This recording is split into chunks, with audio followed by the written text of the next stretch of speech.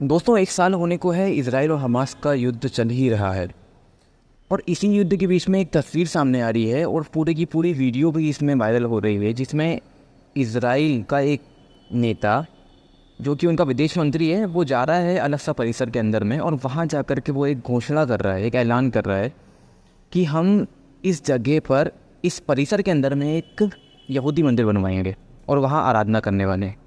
और वो खुद भी वहाँ कुछ लोगों के साथ जा कर के आराधना करता है, ये जानते हुए कि वहाँ पर माहौल सही नहीं है और वहाँ पर कुछ भी करना मतलब इस बड़े युद्ध को और बड़ा रूप देना है। और सबसे बड़ी बात यह है कि वहाँ के जो पुलिस अधिकारी हैं वो भी इस चीज़ को नहीं रोकते हैं, वो भी पूरा सपोर्ट करते हैं।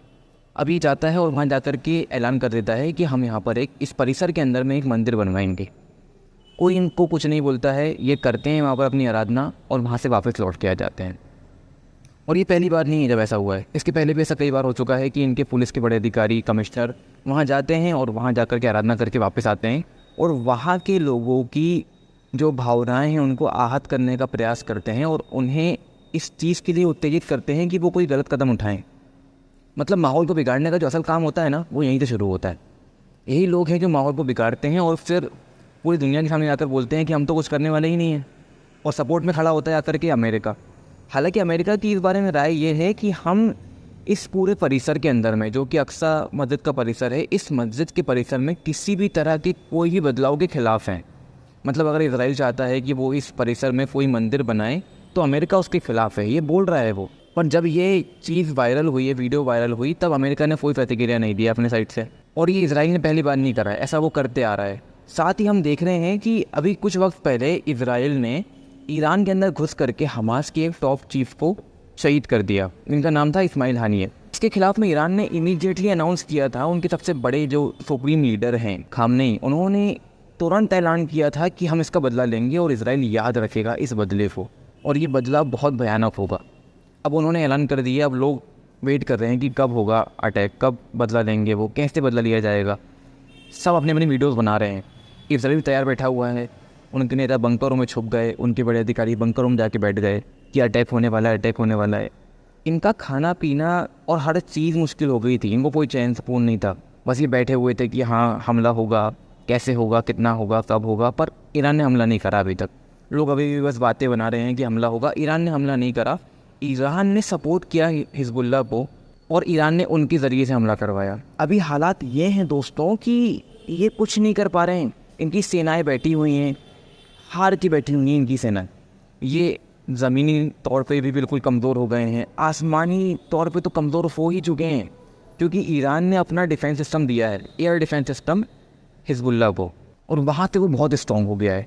उसने अभी तक इतने ड्रोन, इतनी मिसाइलें दाग दिया है इसके ऊपर में कि एक रिकॉर्ड बन चुका है, बहुत बड़ा रिकॉर्ड। ये ड्रोन हमले भी कर रहा है, रॉकेट भी दाग रहा है, मिसाइल भी दाग रहा है। ये कुछ नहीं कर पा रहे हैं। तबाह और बर्बाद करके रख दिया है हिजबुल्लाह ने इनको। अभी ये क्या कर रहे हैं, जो फिलाडेल्फिया कॉरिडोर है उस पे अपनी सेना को उठा के रखे हुए हैं ताकि यहाँ से कोई भी तस्करी ना हो सके हथियारों की। इनका ये कहना है कि वहाँ से अगर सेना हटेगी हमारी तो इस रास्ते का यूज़ करके गाज़ा में हथियार सप्लाई किए जाएंगे। ये रास्ता जो है ये मिस्र का रास्ता है। हालांकि मिस्र ने इसकी बड़ी निंदा करे है और उन्होंने ये कहा है कि इजराइल अपने ही नागरिकों को गुमराह कर रहा है। ये चीज़ कह करके इस स्टेटमेंट ने इजराइल को ही गुमराह कर दिया है। हालांकि इस चीज़ का कभी यूज़ नहीं किया गया है राफा बॉर्डर का कि इसमें कभी भी हम हथियार सप्लाई करें या करवाने दें किसी को। तो इजराइल का ये जो आरोप है ये बेबुनियाद है, इसका कोई भी सेंस नहीं बनता है।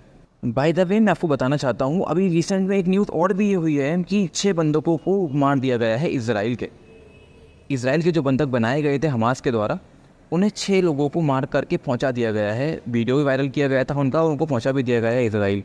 अब नेतन्याहू सरकार पर ना बहुत ज़्यादा प्रेशर बन चुका है कि वो लड़ भी नहीं पा रही है, वो अपने बंधकों को छोड़ा भी नहीं पा रही है और उसके सारे डिसीजंस बेकार जा रहे हैं। यहाँ तक कि अभी एक वीडियो और भी वायरल हुआ है जिसके अंदर में इजराइल का जो सबसे बड़ा नेता है यानी कि प्राइम मिनिस्टर नेतन्याहू, उसने रक्षा मंत्री से 2-2 बातें कर लिया है। अच्छी खासी बहस हुई थी इन लोगों की और धक्का मुक्की भी हो चुकी थी इस टॉपिक को लेकर के कि हमारे लिए ज़्यादा इंपॉर्टेंट ये है कि हम इजरायली नागरिक को यानी कि बंधकों को हमास से छुड़ाएं। पर नेतन्याहू कह रहा है कि मेरे लिए ज़्यादा ज़रूरी ये है कि मैं हथियारों की तस्करी रोक सकूं। और कहाँ से रोकेगा वो? फिलाडेल्फिया कॉरिडोर से। मतलब वहाँ से अपनी IDF को नहीं हटाएगा वो, और इसके ज़रिए से वो वहाँ की सेना से जो भी सप्लाईमेंट हो रहा है हथियारों का उसको रोकेगा। अब सोच के देखिए, इस कदर हालात ख़राब हैं कि इनके अपने ही नेताओं में नहीं पट पा रही है। कैसे युद्ध लड़ेंगे? ये कमज़ोर हो चुके हैं। इन्होंने हमेशा अपने फ़ायदे के लिए अमेरिका को इस्तेमाल किया और अमेरिका से इस्तेमाल होते भी रहे, और सिर्फ इस चीज़ के लिए कि हमें यहाँ पर परमिशन मिल जाए कि हम एक देश हैं, हमें अलग सा परिसर मिल जाए। इनके इरादे ऐसे ही हैं बस। मतलब कुल मिला कर के सिर्फ और सिर्फ फितना फैलाना, सिर्फ फसाद ही करना, सिर्फ यही इनका काम हो जाता है।